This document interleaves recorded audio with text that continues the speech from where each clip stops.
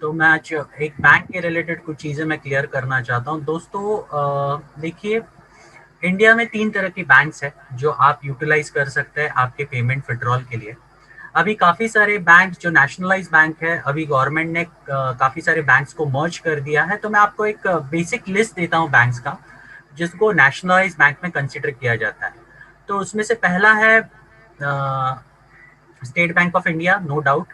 Bank of Baroda, Bank of India, Bank of Maharashtra, Canara Bank, Central Bank of India, Indian Bank, Indian Overseas Bank, Punjab and Sindh Bank, Punjab National Bank, UCO Bank and Union Bank of India. ये सारे जितने भी banks मैंने अभी जिनके नाम कहे, ये सारे नेशनलाइज बैंक्स में आते हैं।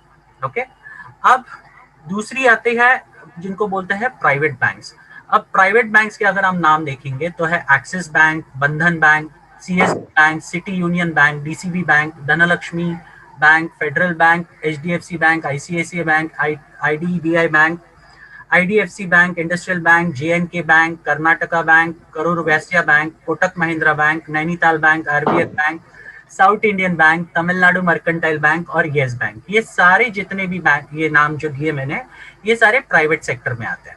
ठीक है। अब आती है तीसरी कैटेगरी। अब तीसरी कैटेगरी क्या है, तो वो है इंटरनेशनल बैंक्स। और इंटरनेशनल बैंक्स में कुछ नाम अगर मैं दूं तो पहला है सिटी बैंक है, दूसरा है एचएसबीसी इंडिया बैंक, तीसरा है डोइश बैंक, उसके बाद है रॉयल बैंक ऑफ स्कॉटलैंड, उसके बाद है डीबीएस बैंक, उसके बाद है Barclays bank, bank of America, bank of Bahrain and Kuwait, Doha bank. ऐसे काफी सारे बैंक्स हैं जो इंटरनेशनल बैंक्स हैं। आप इन तीनों में से किसी भी इसमें अकाउंट है आपका, अगर नहीं है तो आप खोल लीजिए इन तीनों में से कोई भी सेक्टर में, आइदर वो इंडिया के नेशनलाइज बैंक में, प्राइवेट सेक्टर बैंक्स में, या फिर इंटरनेशनल बैंक्स में, जो जो मल्टीनेशनल्स भी होता है, इंटरनेशनल बैंक्स, उन पे आप तीनों में से किसी भी सेक्टर्स के बैंक में आप अकाउंट खोल सकते हैं। क्योंकि ये ही 3 सेक्टर्स के बैंक है जो आपको एक वैलिड स्विफ्ट कोड प्रोवाइड कर सकता है।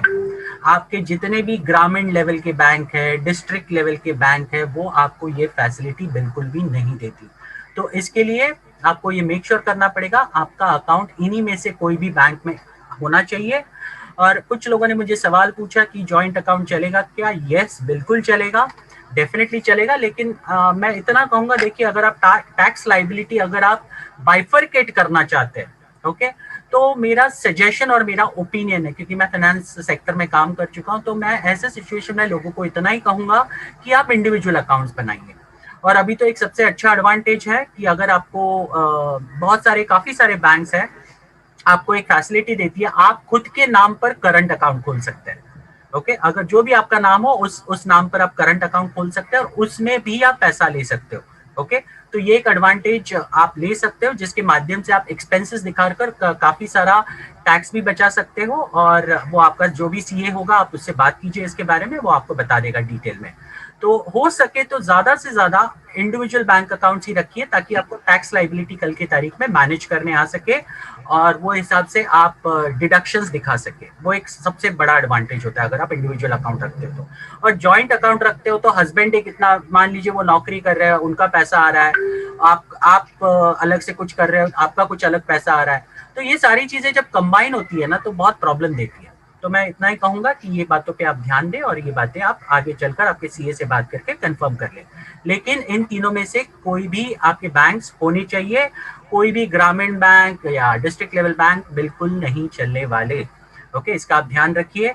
और आइंदा प्लीज ये सवाल मत पूछिए, क्योंकि हम बार बार बोल बोल के थक गए, लेकिन आप लोग इन चीजों को वापस वापस पूछते हैं। Thank you.